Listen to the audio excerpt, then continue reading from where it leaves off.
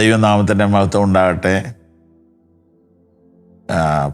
Power വിഷനിലൂടെ തുടർമാനമായി വചനപ്രഭാതത്തിൽ നമ്മൾ ധ്യാനിച്ചുകൊണ്ടിരിക്കുന്നത് 21-ാം സങ്കീർത്തനമാണ്. ഇപ്പോൾ അതിൻ്റെ 7-ാം വാക്യത്തിൽ നിന്നാണ് ഇന്നത്തെ സന്ദേശം.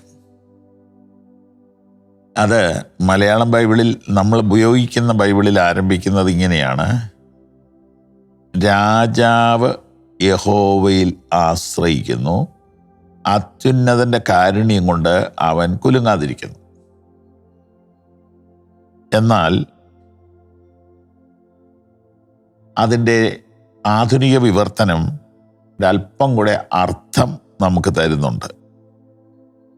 കാരണം രാജാവ് യഹോവയിൽ ആശ്രയിക്കുന്നു എന്ന് പറഞ്ഞാൽ മുകളിൽ പറഞ്ഞ വിഷയം ചേർത്തിരിക്കുക, കണക്ട് ചെയ്തിരിക്കുക. എങ്ങനെയാണ് കണക്ട് ചെയ്യുമെന്ന് പറയട്ടെ. അവിടുത്തെ സന്നിധിയുടെ സന്തോഷത്താൽ അവിടുന്ന് അദ്ദേഹത്തെ ആനന്ദിപ്പിക്കുന്നു. കാരണം രാജാവ് യഹോവയിൽ ആശ്രയിക്കുന്നു. ക്ലിയറായോ? ഒന്നുകൂടെ പറയട്ടെ. നിത്യകാലത്തേക്കുള്ള അനുഗ്രഹം അവിടുന്ന് അദ്ദേഹത്തിന് നൽകിയിരിക്കുന്നു. അവിടുത്തെ സന്നിധിയുടെ സന്തോഷത്താൽ അവിടുന്ന് അദ്ദേഹത്തെ ആനന്ദിപ്പിക്കുന്നു. കാരണം രാജാവ് യഹോവയിൽ ആശ്രയിക്കും. അപ്പോൾ നമ്മൾ എന്താ ധ്യാനിക്കാൻ പോണത്? ആശ്രയവും അനുഗ്രഹവും.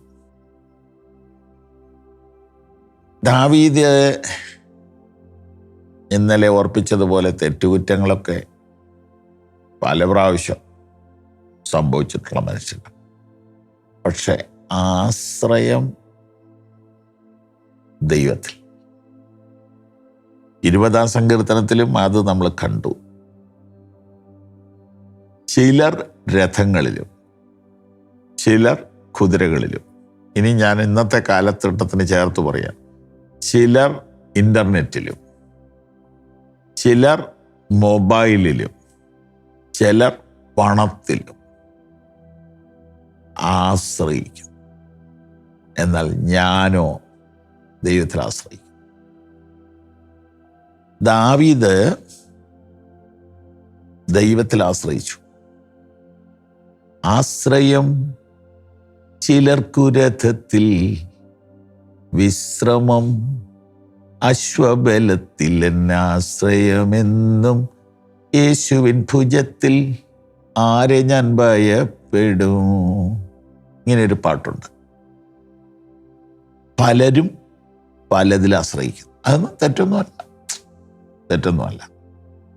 ഒരു രാഷ്ട്രീയ ലെവലിൽ പിടിപാടുള്ള ഒരാളുമായിട്ട് ബന്ധം കിട്ടിയാൽ നമ്മൾ അവരിൽ ആശ്രയിക്കും. നല്ല പൈസക്കാരനായിട്ട് നമുക്കൊരു കണക്ഷൻ കിട്ടിയാൽ നമ്മൾ അവരിൽ ആശ്രയിക്കും. പക്ഷെ ദാവീദിന് ഇതെല്ലാം ഉണ്ട്. പണമുണ്ട്, പദവിയുണ്ട്, അല്ലേ? രാജാവ് ദൈവത്തിൽ ആശ്രയിക്കും. അതുകൊണ്ടാണ് അവനെ അനുഗ്രഹ സമൃദ്ധിയിലും സന്തോഷ സമൃദ്ധിയിലും നീ നടത്തുന്നത്. ഒരു ചോദ്യം: താങ്കളുടെ ആശ്രയം ഏതിലാണ്? ആശ്രയം ചിലർക്കു രഥത്തിൽ, വിശ്രമം. ഒന്ന് ചിന്തിച്ചേ, നമ്മുടെ ആശ്രയം ഏതില? എൻ്റെ കർത്താവേ, ഞങ്ങളുമൊക്കെ ചിലപ്പോൾ പലതിലും ആശ്രയിച്ചു പോകുന്നുണ്ട്. അങ്ങയിൽ മാത്രം ആശ്രയിച്ച് ജീവിപ്പാനുള്ള കൃപയ്ക്ക് വേണ്ടി പ്രാർത്ഥിക്കുന്നു. ദാവീദിന് പലതുമുണ്ടായിട്ടും അവൻ ദൈവത്തിൽ ആശ്രയിക്കുന്നു എന്ന് അവൻ മാത്രമല്ല, അവൻ്റെ സഭയും അവനെക്കുറിച്ച് പറയുന്നല്ലോ. ഈ പ്രഭാഷണം കേട്ട എല്ലാവർക്കും അങ്ങനെ ഉണ്ടാവട്ടെ. ആമേൻ. Bless U.